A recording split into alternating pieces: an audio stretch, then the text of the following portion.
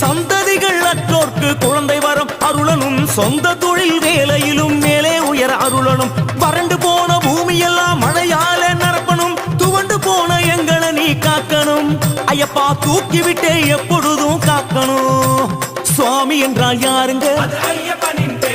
சாஸ்தாவும் யாருங்க ஐயனாரு யாருங்க ஐயப்பனும் யாருங்க சாஸ்வதமானவா ஸ்ரீ தர்ம சாஸ்தா சத்தியமானவா ஹரிஹரனின் புத்ரா சாஸ்வதமானவா ஸ்ரீ தர்ம சாஸ்தா சத்தியமானவா ஹரிஹரனின் புத்ரா